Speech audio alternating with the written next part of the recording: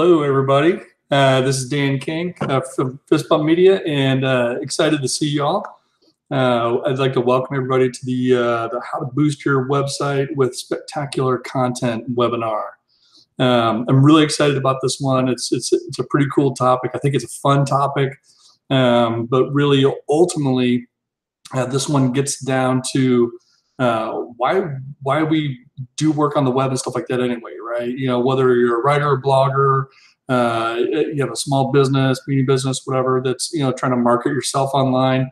You know, if you're doing some kind of work on the web, ultimately your big goal is going to be to be driving people to your website, right? So anytime we talk about things about how to boost your website and how to drive some of that traffic, it's really going to kind of hit at some of the core of what you want to do, what your goals are, right? You don't spend time doing things unless you have some kind of place you want to get to with it. You know, if you're a writer online, you know, you know, maybe reach people with your words, you know, grow your platform, write a book, whatever it is. You know, boosting your website, driving traffic and stuff to your website is definitely an important thing.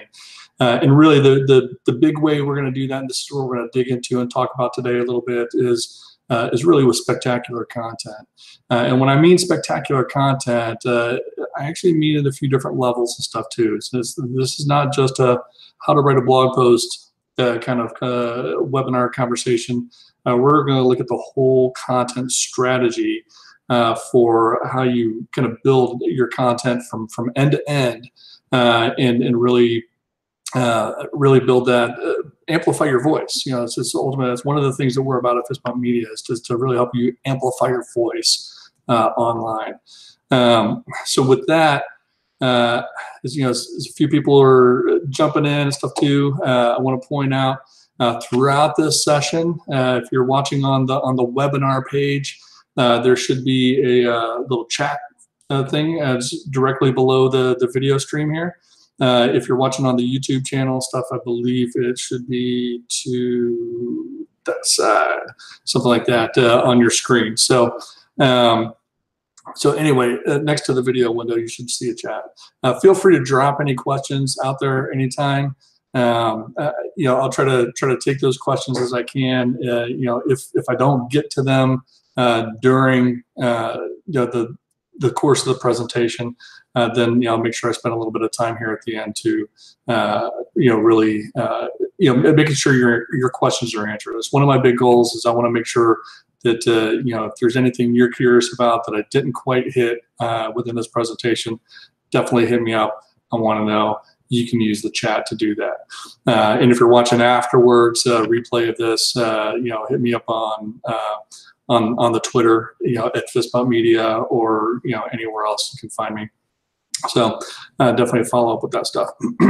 So with that, let me go ahead and jump into my presentation.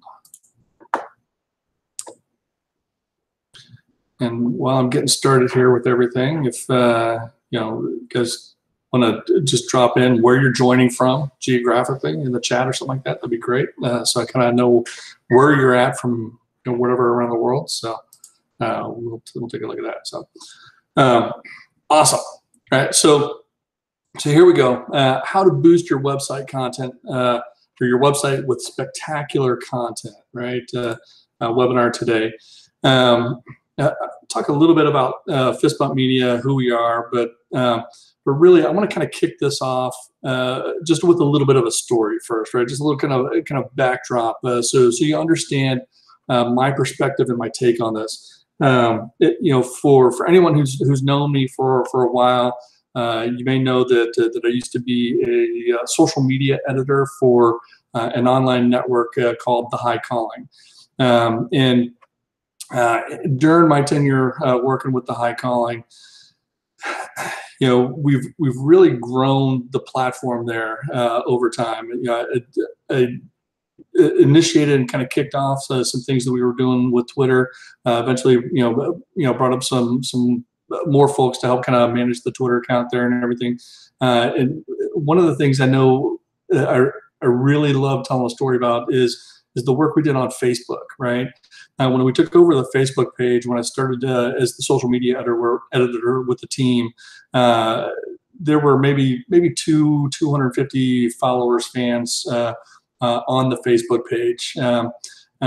Over the course of several months while we were working on it, and I'm managing the content on Facebook to really share our content, to share the posts and stuff and the articles that we're writing for the website. We had a really fantastic team of writers there. We ended up growing the platform just completely organically from about 250 people to about 3,000 in a relatively short period of time. Like I said, over a course of several months. And then we started doing some other things. We realized, like, hey, this is a platform. It's got some legs to it, and for what we're doing, we're reaching our people there, right? So we really try to start focusing on investing a lot more into what we were doing there. We did some things with boosting posts and some advertising and stuff too, but we really played around and experimented with what's working and what's not. Over the course of time, we ended up growing that to, from the time the foundation that ran our team and the work we were doing with the High Calling website, once they kind of changed some directions there and everything too, we had grown the Facebook page up to just under about 100,000 people. Now, aside from the growth in just likes and numbers there, pure numbers of followers on the page, one of the things I'm really most proud of with what we did there was the level of engagement that we saw with people engaging with the content. Some of the things that we've learned through that process, and I've continued to work on over time since then and stuff too, and really help kind of confirm that this is kind of a repeatable kind of strategy and stuff. We'll dig into some of those concepts here in a little bit, but it was the engagement and what people were doing with our content. It wasn't just getting people to like the page. We were developing a community online, and it was a community. It's actually, even though things have shifted with that organization and the High Calling itself has kind of moved on to be supported by another group, it's really still a pretty strong, engaged community, which is really fantastic. But this is one of the things that, when we talk about what we do at Fist Bump Media, right? This is one of the things we do. And if you've been in one of these webinars before, you've probably seen this slide. We really believe that everyone has this story, right? Whether it's personal story, business story, one focus on a cause or whatever, right? We've all got these stories. And really the one big thing that we believe is that your story matters. And we're here to help you amplify your voice, right? And that's what this session is about, right? It's taking that voice that you have, and you're using a blog or a business website or something like that to try to get your story out there and try to reach people. We want to help kind of try to show you how you can use certain techniques and stuff to really amplify your voice and reach more people, and really kind of make a difference, move the needle with the direction you're trying to go here and stuff. So that is the first piece. So the first thing we want to talk about is really how to create strong content for your website. Okay, and really the first thing we need to talk about when we talk about creating strong content for your website is understanding who your reader is or who your audience is, right? In the business world side and stuff too, we think of this as like a buyer persona, right? I can tell you based on looking over Fist Bump Media clients, for example, who our clients tend to be, about how old they are, male, female, where they are at geographically, all these different kinds of things. And from that, I can kind of paint a picture of who this person is, who the typical customer is for Fist Bump Media, right? And it's the same thing, whether it's a company or, even readers for my blog, right? I should be able to take a look at, where my engagement is coming from, things like that too, to really even understand, even for my personal blog, who my readers are, who are the people that I'm actually reaching. And it's really important to understand that. And as you kind of think about, creating strong content for your website, I really want you to really focus in on who this person is, right?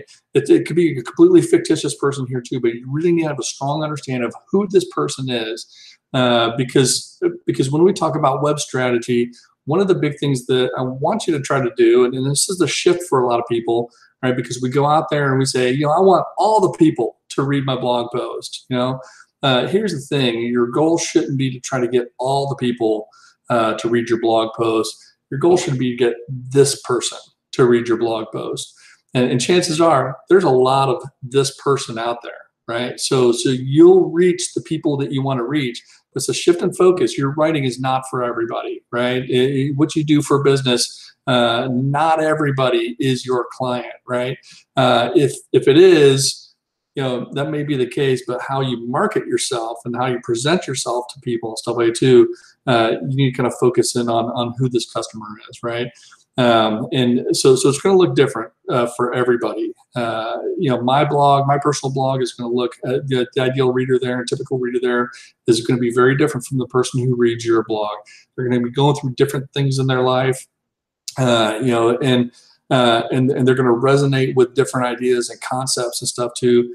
May watch different TV shows, different movies, that kind of thing, and all of that is stuff that we'll be building this kind of content strategy off of, but it's all based on who that person is. So know your audience is really the big key here, right? The next thing is before you start developing the content itself, right? Whether you're writing blog posts or creating page content for your business website, or any of the stuff, right?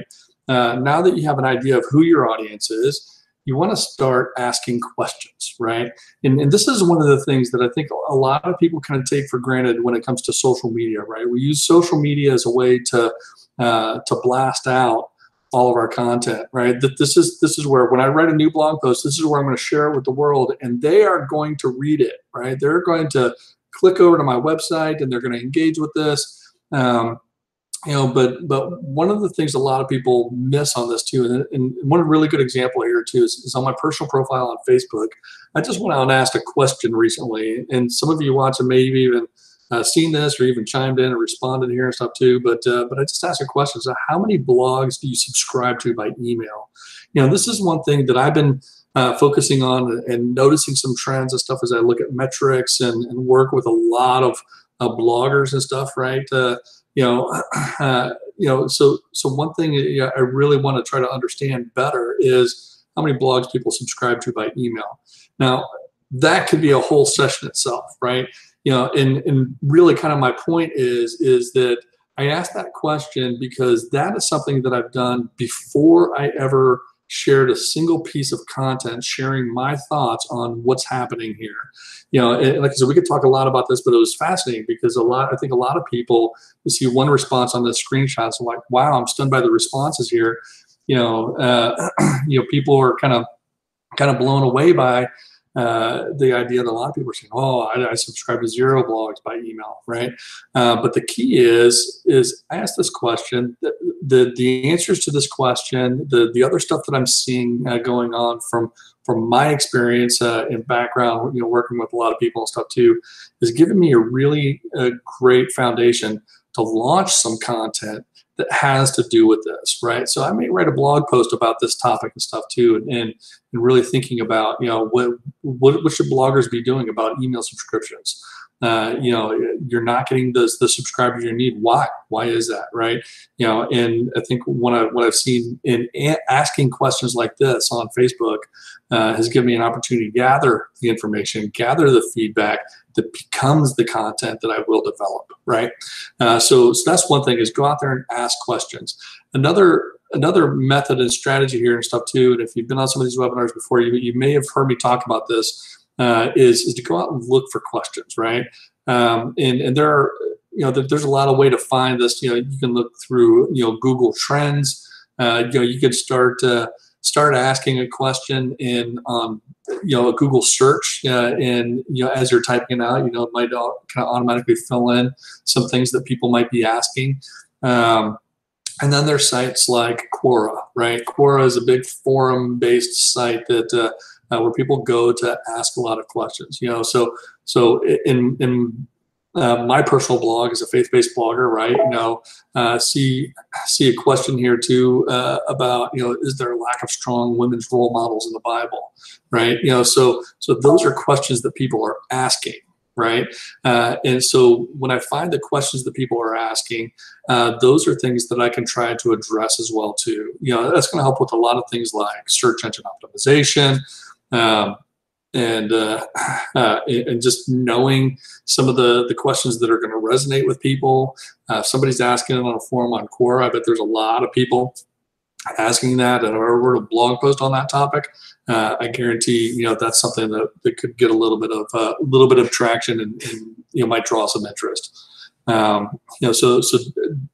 Ask questions and go out and look for the questions that other people are asking as well too. And when you do that, is kind of the core of your the content that you develop and deal with that, then you're on the right path to success. Okay. But then once you know who that audience is, once you know what questions people are asking, or you've asked questions to kind of gather some information that gives you the insight, and you're ready to start developing your blog post, right?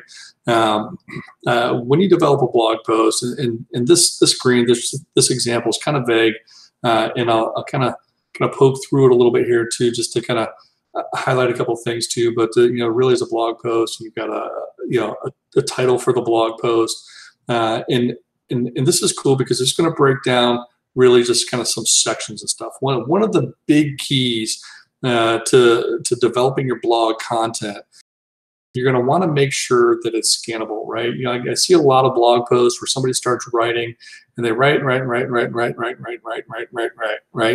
all of a sudden they've got 1,000, 1,200, 1,500 words of content or something like that too, and it's just all straight text. Okay. Now, you may be thinking that you may have a flow in your mind of that stuff, right? But you think about it, if you read a book, there's not a lot of books that just flow from beginning to end without having chapters and chapter titles and stuff to kind of help guide the reader with different landmarks in the story, right? And it's the same thing with blog content. A lot of times web content too is going to be a much shorter kind of span of interest and stuff. So you want to do things to break stuff up within your blog post. So yeah, start off with a block of content. Use images, right, to break up the visual flow of just words and stuff too. And a lot of times, if you're using the right images, they can really add a great context to your blog post as well too. But you also want to break your content into sections, okay?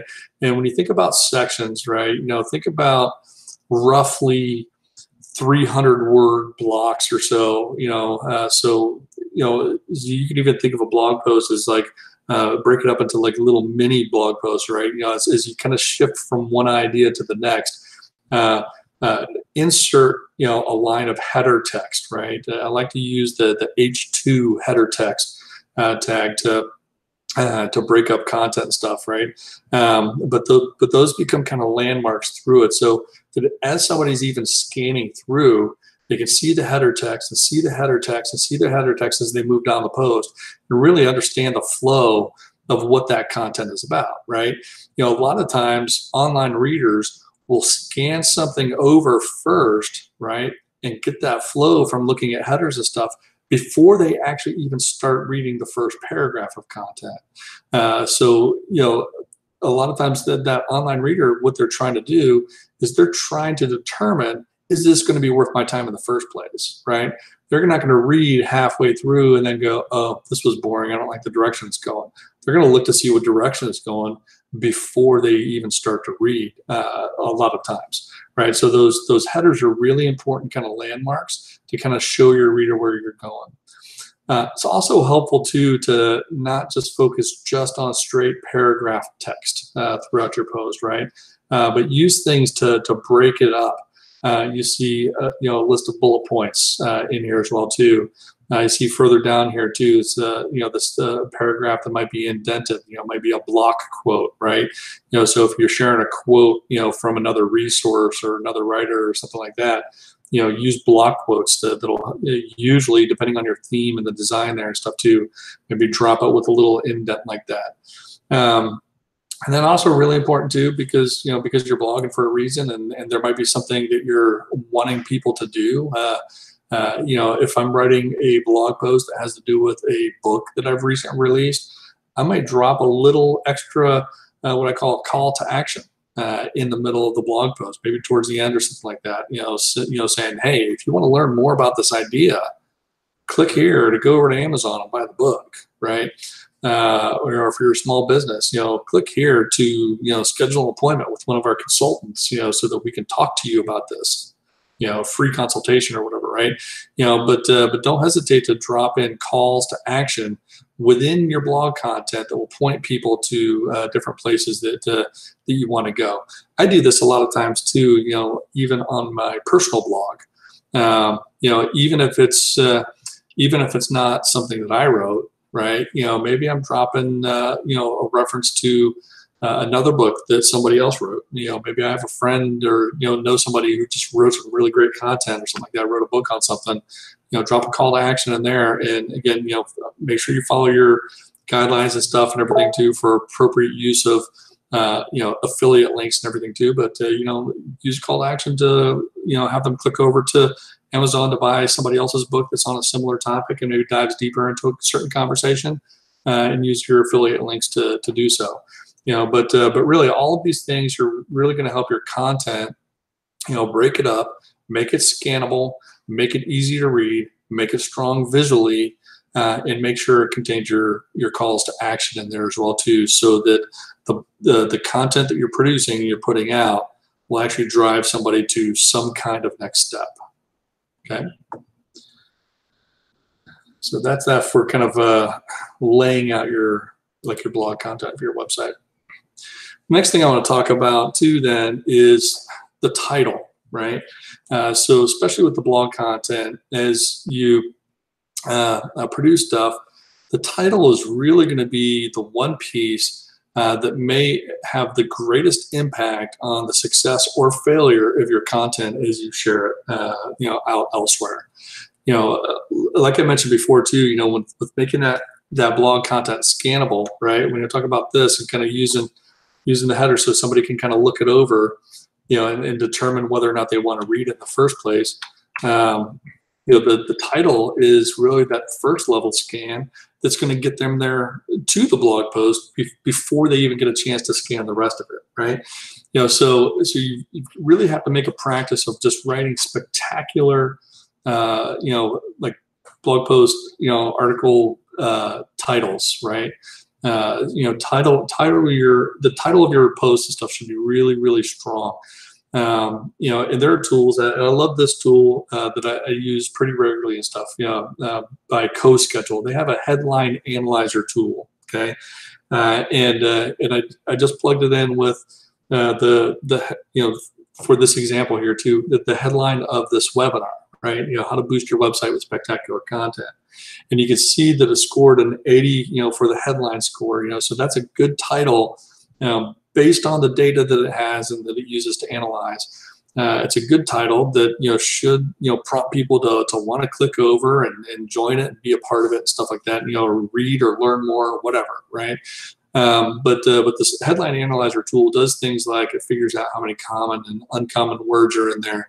You know, some of the bigger things that impact your scores. There, you know, some emotional content. You know, the how-to, you know, is emotional because it has to do with, you know, how can I be better or how can I get better? You know, I have an emotional tie to wanting to try to do something better than what I do right now. You know, so how-to kind of ties emotionally like that. You know, how many power words you have in your content. You know, all these different factors and stuff where it can really, you know, in this case, you know, power word here is boost, right? You know, how to emotional boost power, right? You know, your website, you know, with spectacular content, you know, so the combinations of those things based on the data that CoSchedule has gathered, and it's a great deal of data.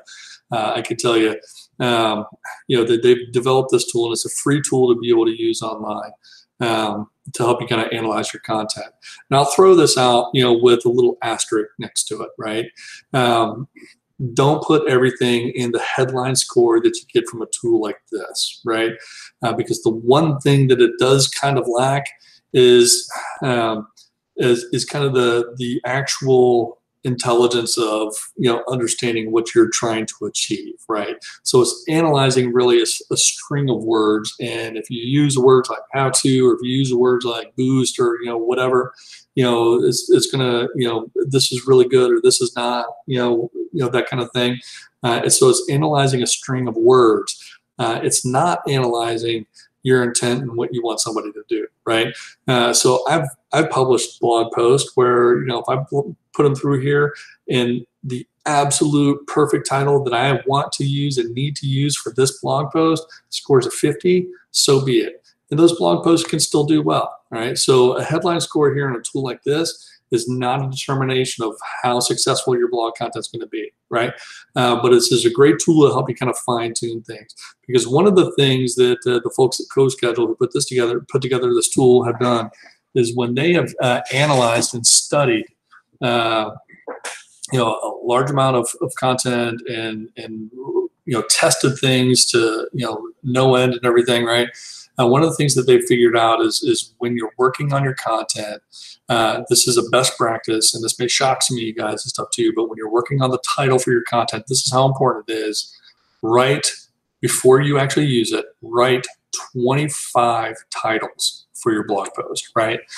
So the idea here is that you're really pushing yourself to think through what should this be? What's going to be the best description for this? What are the best words that I can be using to really have somebody want to click through to the website to come read this content, to read this post, right?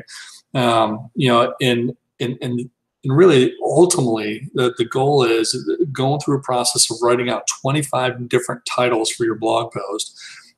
Some of them are going to be horrible, right? And you're just going to trash them. You're not even going to consider them. Write it out. It's one of your 25. It's part of the process, of kind of creatively thinking through this whole thing too. But you're going to hit a point where you're like, I have no more ideas. But really, at that point, you may have written out 10 or 15 or something like that too, and you're like, I am out of ideas. That point, when you feel like you're out of ideas, is when creativity starts to happen, right? You stop leaning on your own kind of, hey, that this is the idea. This is what I want to try to communicate. You can start getting creative and really kind of pushing the boundaries for what's going to work and what's going to drive people to really want to kind of click through to read that post. So push yourself with this, right? Try to stick as true as you can to writing as many different versions of the title for your blog post as possible, and test them. Take some of the best ones that you think from that, drop them into a tool like this and stuff, and maybe kind of score them out and everything too. And between playing with a tool like this and just kind of pushing your own creative boundaries and stuff too, to try to think of different ways to present the information that you're trying to encourage people to read. Between all of that stuff too, you can usually land at a pretty spectacular blog post title, right? That can actually drive and make a difference and get people over to your website. Cool. So I can't emphasize how huge that is from a strategy standpoint, getting that title right. So, the next phase of this, right? Once you've kind of built out, your content, the way we've kind of mapped it out here. The next piece of this too is then to create an effective social media plan. Okay, so social media is huge, right? And if you know me too, email is really incredible and stuff too, right? But social media is going to give us a lot of opportunity to really reach some different people and reach people in different ways and stuff, right? And and one of the big things well, actually two big things to really understand about social media is, number one, is that the lifespan of any piece of content on social media is really relatively small. Okay, really, really, really small. I think on Twitter, it's actually a handful of minutes. I think I counted on one or two hands how many minutes that the lifespan of a tweet really is. Facebook maybe a couple of hours and stuff, right? Pinterest lasts a little bit longer stuff, but their algorithms work very differently, right? So the lifespan of your content is one thing, and understanding the audiences on each of the platforms is something completely different, right? And understanding how they use the platforms, right? So people on Facebook, for example, they're looking for information, education, community relationship, that kind of thing. Twitter tends to be a lot more kind of headline driven and current event driven and that kind of thing, right? Whereas LinkedIn is more of the business kind of platform, right? Where people aren't interested in maybe having super deep conversations there. They're trying to find information that might be able to help them improve what they're doing in their career or their business or something like that, right? So really the focus of each platform is very different, right? So the strategy that I use on LinkedIn is not the same strategy that I'm going to use on Facebook, right? And so when you're thinking about your content, we'll dig deeper into this in just a second. You need to think about your content per channel, right? And realize that each channel is going to have a different lifespan for your content. So there's going to be different thresholds for how often you can share stuff there related to the same individual single blog post. But you're going to voice yourself very differently between Facebook and Twitter and LinkedIn and Pinterest and Instagram and everywhere else you might be, right? So think about the channels, because each of the channels should have its own strategy for how you're reaching out and connecting with people there. So this is another resource from CoSchedule as well. They've got a post, and if you're curious about it, I'm happy to share the link. We've got a blog on the Fist Bump Media blog as well too, kind of talking about how to share your content on social media and stuff, and building out a good schedule and stuff, right? So one of the things I'll get into more here in just a second as well is one of the most important factors of this too is that you test things, right? Don't create a plan based on what you saw on one screen in the slide, in a presentation in a webinar, or something that you read in a blog post somewhere. That's really important that you test stuff, right? More on that in just a second too, because that'll really define your strategy going forward, right? But think about a posting schedule similar to what we see here, right? The day of publishing your content, you publish a new blog post, right? A couple of things you'll notice is, on the same day at publish, right? Drop something on Twitter, drop something on Pinterest, right? But not on Facebook. Oh, that's interesting. Facebook, you say 5 hours after publish, right? Because it really depends on when your audience is there, right? Most of the time, right? Your audience may be a little bit different, but most of the time, one of the things that I see in the data is that a lot of the audience is more on, later in the evenings on Facebook, for example, right? So if you're publishing, you publish a blog post first thing in the morning, and you're dropping a link to it first thing in the morning, you may really be missing the bulk of your people and stuff, when really the best time is to wait, several hours until afterwards, when more of the people get online and you can reach more of those people, okay?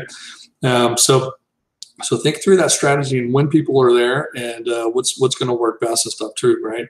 But you see, basically on this schedule, create a multiple tweets, headline 1, headline 2, maybe use different headlines for trying to call out the tweet and drop the link on there as well too. On LinkedIn, if the content is appropriate there, drop a benefit, drop a snippet of something on Pinterest. whatever it is, and play around too. Don't just, like on Facebook, you see too, the block here says question, right? Don't just, hey, new blog post and drop the link, right? What you want to do is your goal, remember, for when you share that content on Facebook is, how am I going to get people to click over, right?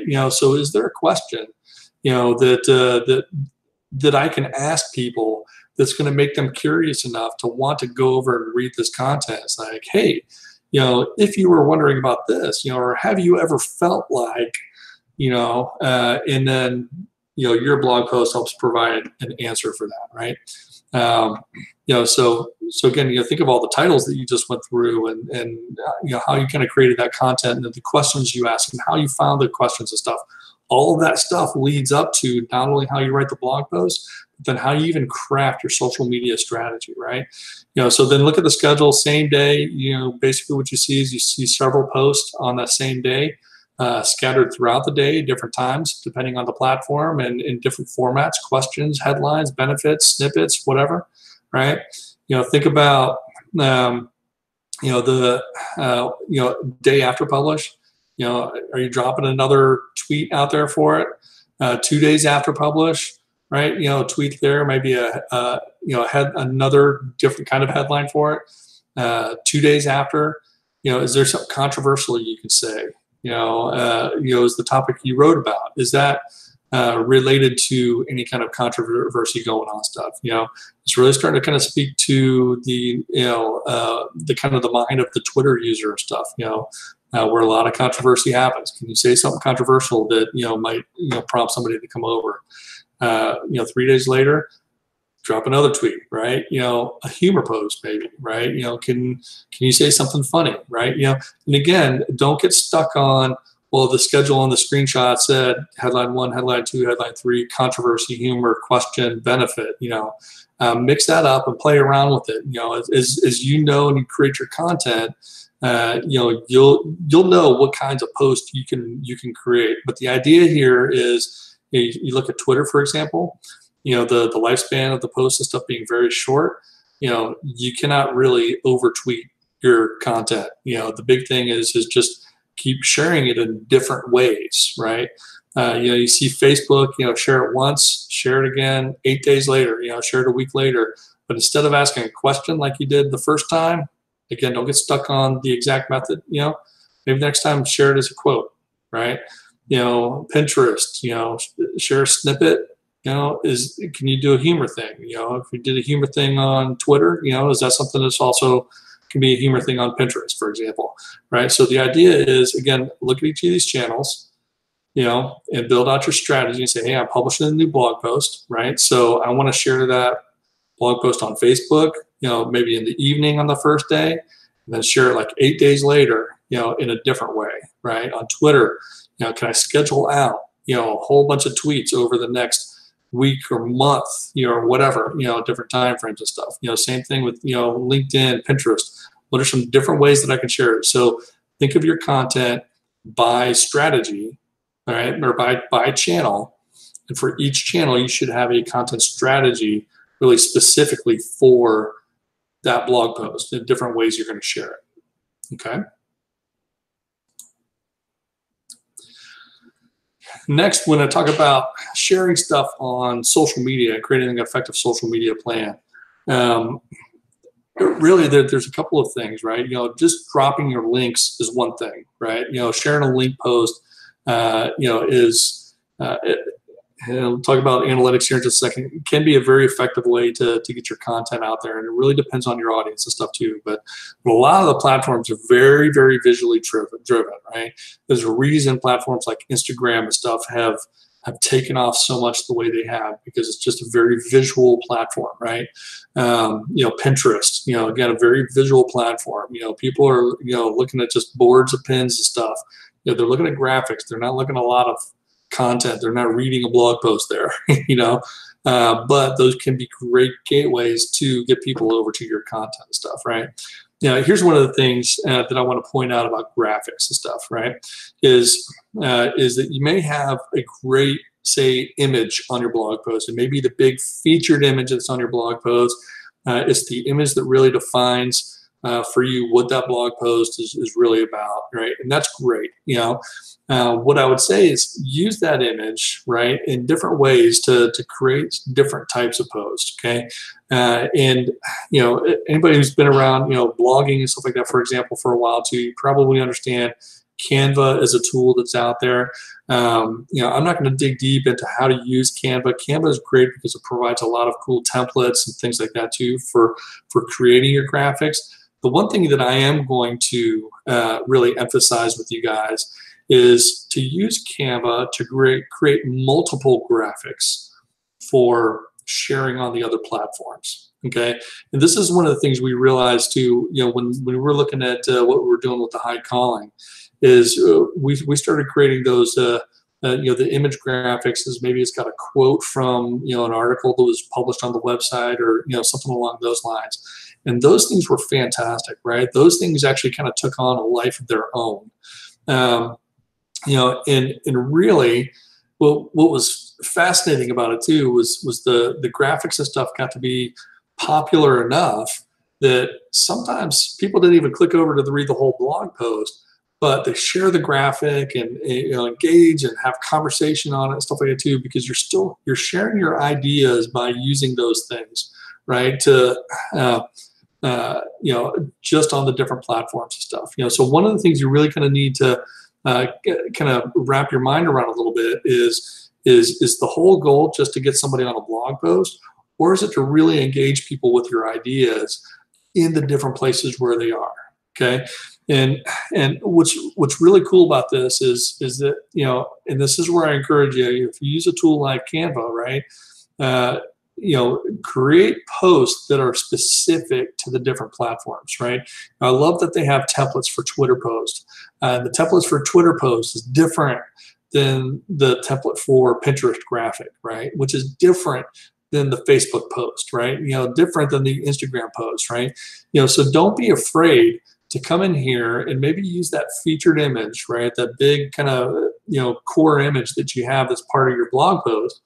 But use that image, in a Twitter post graphic, in a Pinterest graphic, which is going to be different kind of crop and layout on it and stuff, which is different than the Facebook post, right?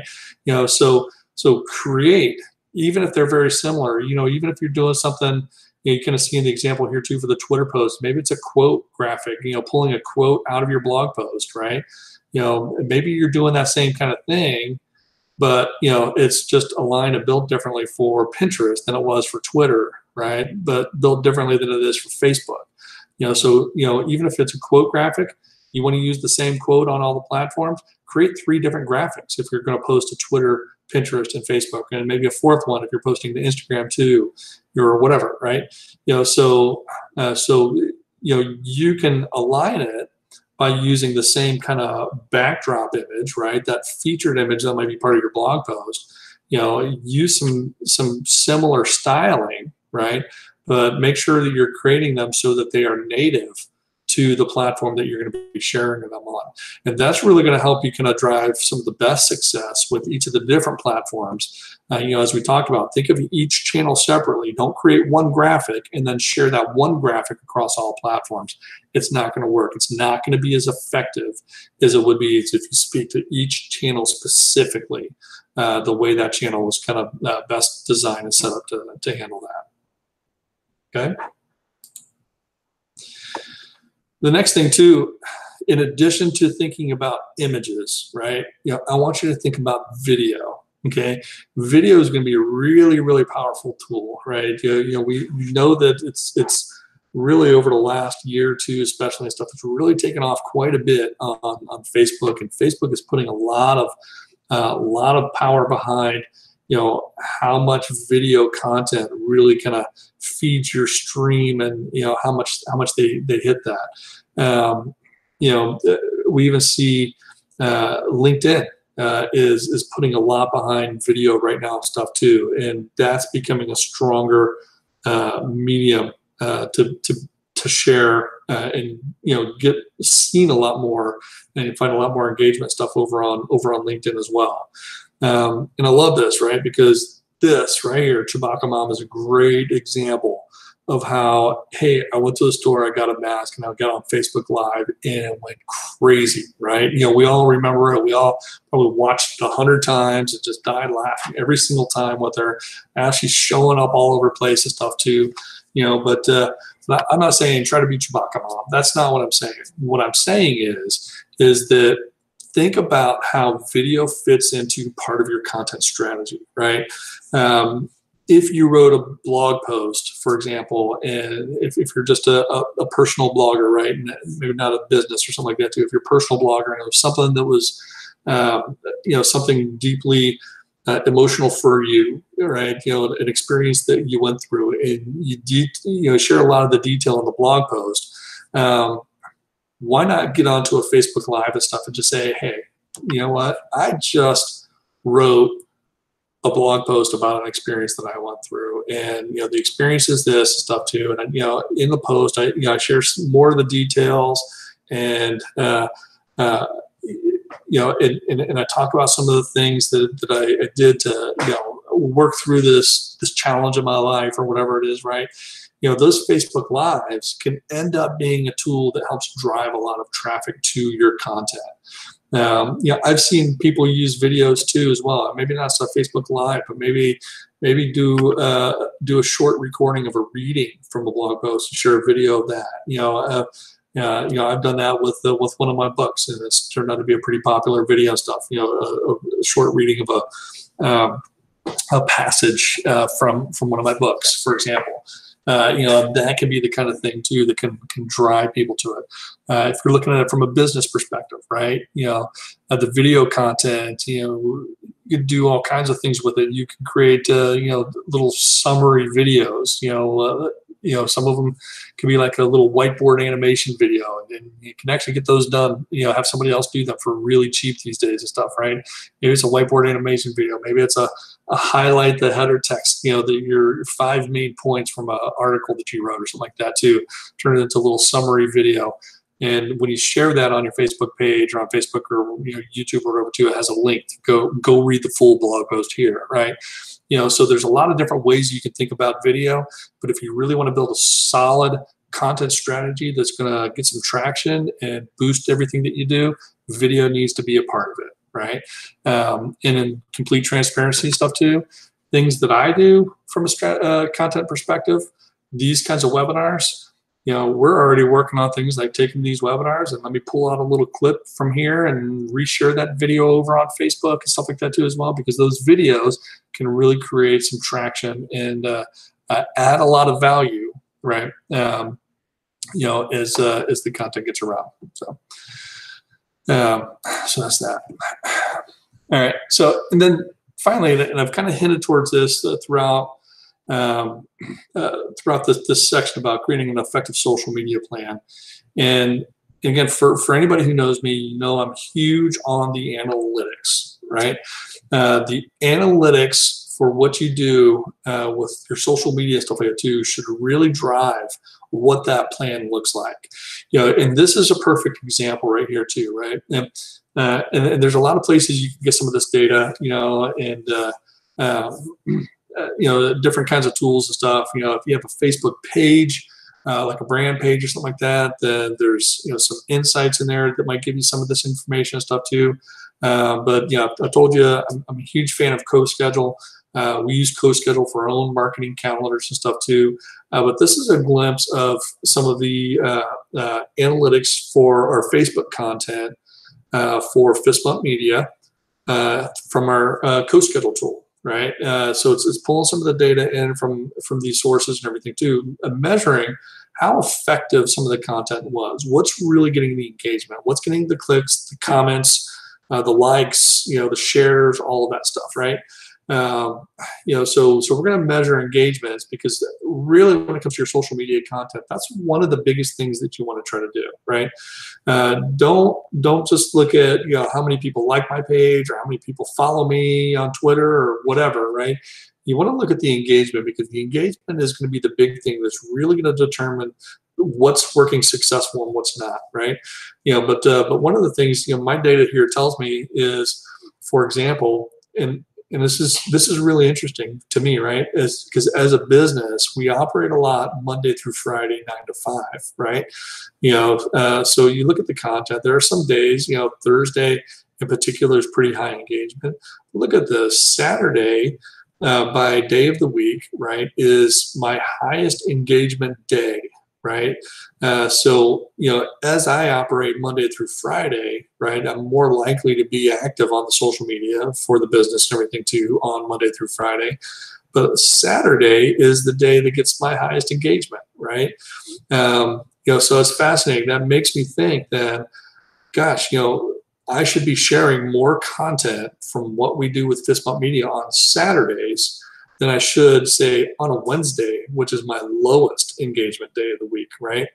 And then even the day at a time, right? We talked about Facebook and a lot of the traffic coming more later in evenings. If I share a blog post, first thing in the morning, and it may be hard to read, but that 8 a.m. to 11 a.m. block there, right, is getting the lowest engagement rate.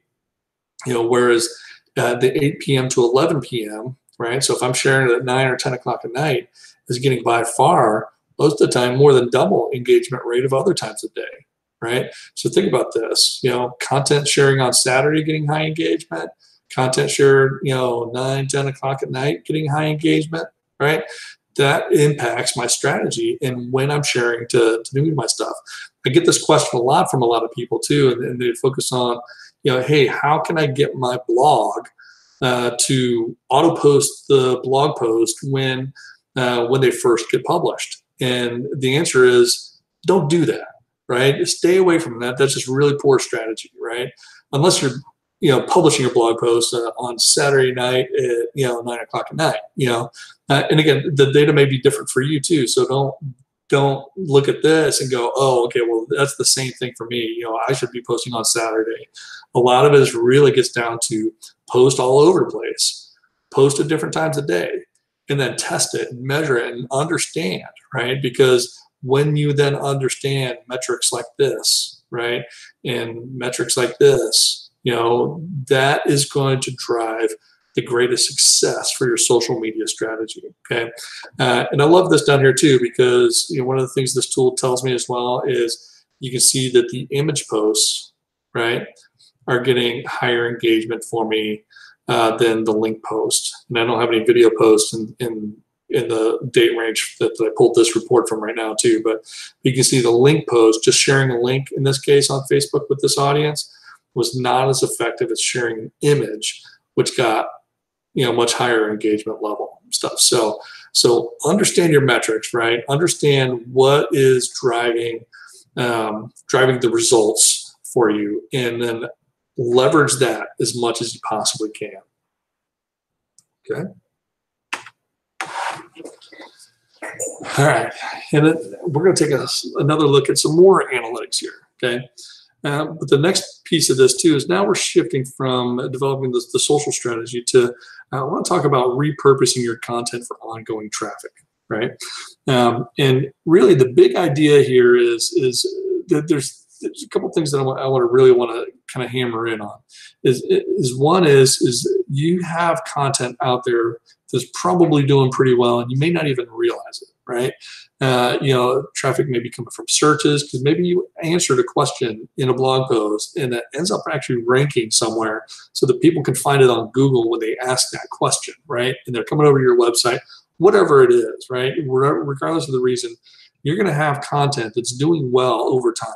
Okay, so there's going to be a couple things that I'm going to want you to look at. The other thing is just kind of getting in the mindset that unless you're writing about a review for a time-based event, there was an event that's happening here and I'm trying to promote it, and so I'm writing a review of whatever, and then once that event happens, that date time happens, it goes away and it's gone, right?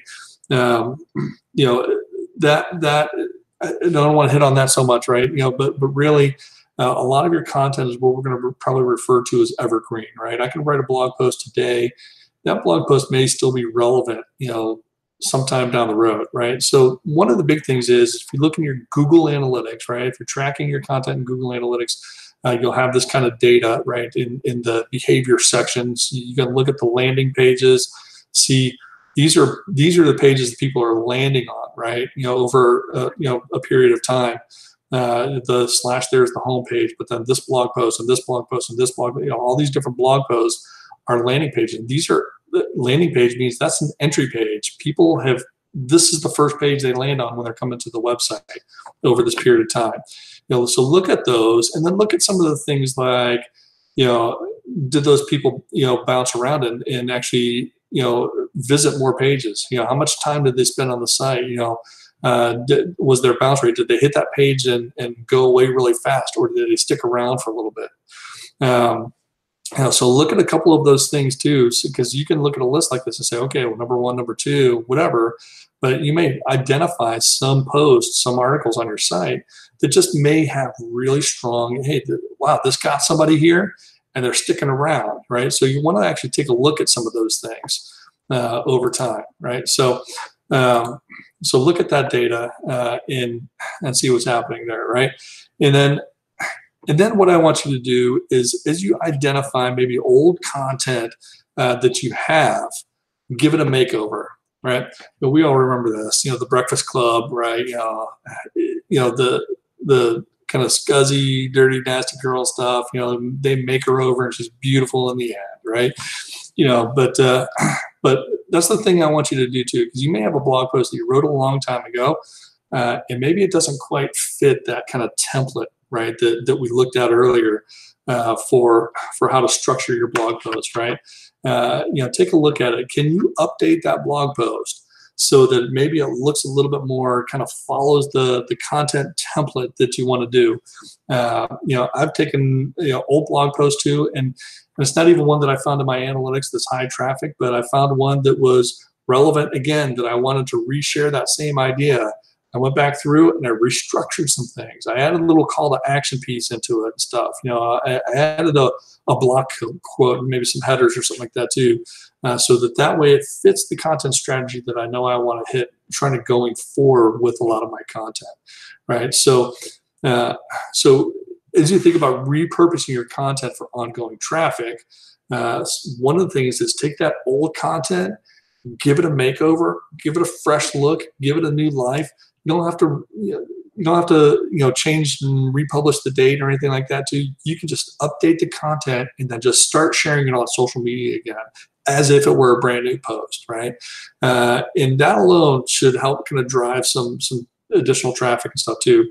So look for things in not only in your analytics that might tell you what kind of content might be popular, but maybe you wrote something a couple of years ago and that issue is something that's coming up and part of a controversial conversation that's happening today. But you wrote a blog post about that 2 years ago. Take that, freshen it up, reshare it again, because now it is culturally relevant in a timely manner again right now today. And so you can do those kinds of things with your old content to get some traction and continue moving things forward. And then this is the last thing here too, with repurposing old content for ongoing traffic. I love to do these kind of image graphics, and this is for like some of the small businesses that we work with from a social media perspective.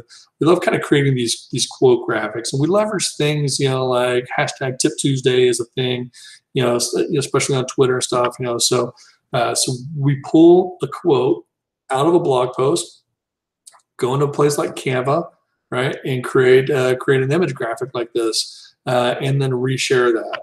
And again, this could be a blog post that was written 2-3 years ago, right? And again, if there's an idea in there that's still relevant today, I can still create this kind of content. This is one of the things that we found with the high calling that was really particularly interesting was these pieces of content like this really kind of just snowball. They got a lot of shares, exposed us to a lot of new people, a lot of new audience and stuff too, because we were sharing really great, really relevant ideas and stuff. And we really did try to leverage, even things like current events and how those kind of conversations can go and stuff too. But what's really important to this too is the graphic itself that's the piece of content, right? it's content's related to your blog post. It's related to your website content and stuff too, but really it's a piece of content that should be able to stand on its own, right? So think about it that way. Can I create micro content like this that can stand on its own? And then in the description, obviously we share the link, basically that kind of points back to, hey, read more about this, click on this link, to take them back to the website if they want to read more about it, right? And inevitably it will, right? But yeah, we can do that. So then with that, that's the last piece there of repurposing your content for ongoing traffic, right? Think the micro strategy and stuff, right? And I think the last thing that I really want to try to leave you with as it relates to a lot of this content strategy is to, and I just heard this somewhere else earlier too, is to think deep, not wide, right? A lot of times when we go out to try to share our message and amplify the voice to the whole world stuff, right? We think about casting a wide net, right? It's like, hey, I'm going to throw this out to all the people, right? And really, what you end up catching is nothing, right? Instead, think about that one reader, right? That one. In the very beginning, we talked about that persona, that one audience member, right? Is it a reader? Is it a customer? Or whatever it is, right? Think about that one person and how you can build a deeper relationship with that one person, right? How do I use the content that I'm creating on my website to go deeper with them and build a stronger relationship, right? Challenge their thinking more, whatever it is, encourage them more, a lot of things like that. How can I do that to go deep with the one, right? And when you do that, that's when all the other masses and stuff like that will kind of start to kind of follow and kind of come in and say, I'm one of those too. I'm one of those too, right? So think about that. But that is what will help you create a great content strategy that will boost your website and with the content that you're creating. With that, I know we've kind of run right up to the end here and stuff too. If you have any questions, go ahead and drop them in the chat. I know I kind of blast out like a fire hose here for a little while and stuff, but feel free to drop any questions in the chat. I'll be on here just for another minute or so too. But one of the other things that I would like to do with anybody who's watching this, whether you're watching live or you're watching the replay, recording later on stuff, hit me up, right? Email me we'll do it at the learning@fistbumpmedia.com, right? Email me at learning@fistbumpmedia.com. What I would like to do is if this is a topic that you want to try to dig a little bit deeper into, I'd be cool with creating even just a little Facebook group or something, right? A little private Facebook group, and we could call it like a mastermind or whatever you want to really kind of digs into. Maybe we drill a little further into some of these ideas, these conversations about the content strategy, and helping you really kind of build out that kind of content strategy that's going to work for you and help kind of grow your audience and your platform and amplify your voice the way you want to amplify it. If you're interested in that, email me at learning@fistbumpmedia.com, and even if I just get a handful of people or something like that are interested, maybe I'll kind of create the group and stuff too. But if you know of others that you think might benefit from this, whether the lesson itself or being a part of that group and stuff too, share the webinar with them, then they can learn how by watching at the end, how to join that little mastermind group and stuff. So with that, don't see any questions right now at this time. So we're going to go ahead and end the broadcast. You can also hit us up on Twitter at @FistBumpMedia, and love it. You guys rock. Boom.